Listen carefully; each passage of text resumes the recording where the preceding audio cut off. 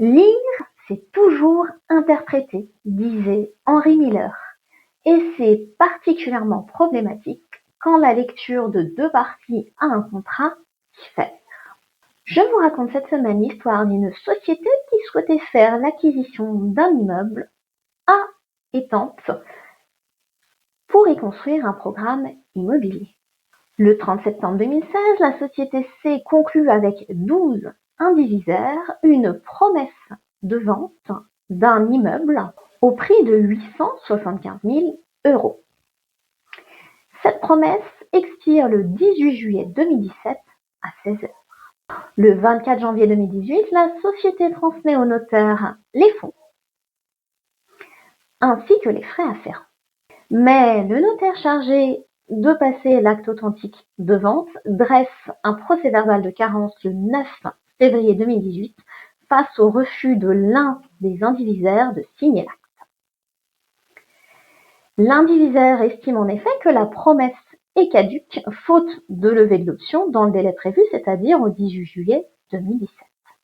Il estime également que le prix convenu est vil. La société assigne alors les promettants en vente forcée. Elle pense en effet que la vente est parfaite en présence d'un accord sur la chose et sur le prix. Et le tribunal lui donne raison.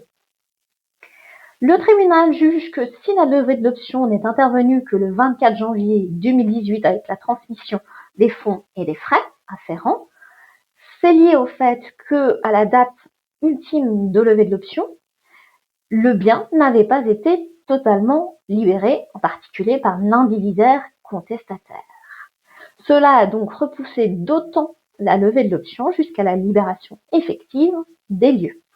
Et donc la levée de l'option le 24 janvier 2018 n'est pas tardive. L'indivisaire interjette appel de ce jugement. Et grand bien lui en fasse, puisque la cour d'appel infirme le jugement. Elle juge que la levée de l'option devait intervenir avant le 18 juillet 2017, qu'il n'était pas prévu qu'à cette date le bien soit libéré de toute occupation, et que faute d'avoir levé l'option à la date prévue, la promesse était devenue caduque. Elle condamne donc la SCI à la sanction prévue par la promesse, à savoir une indemnité de 86 500 €. Mécontente, la SCI forme un pourvoi en cassation. Elle plaide que la signature de l'acte authentique devait intervenir à une date à laquelle le bien était libre de toute occupation, et que dès lors elle ne pouvait pas lever l'option tant que le bien n'était pas libre de toute occupation. À votre avis, a-t-elle obtenu gain de cause? La réponse est non. Dans cet arrêt du 5 septembre 2024, la Cour de cassation rejette le pourvoi. Elle approuve la Cour d'appel d'avoir considéré que la levée de l'option n'était pas conditionnée à la libération des lieux. La promesse prévoyait simplement que les lieux seraient libérés au jour de l'entrée en jouissance, c'est-à-dire au jour de la signature de l'acte authentique définitif de vente. Dans ces conditions, la libération du bien ne constituait pas une cause de proroger de la levée de l'option.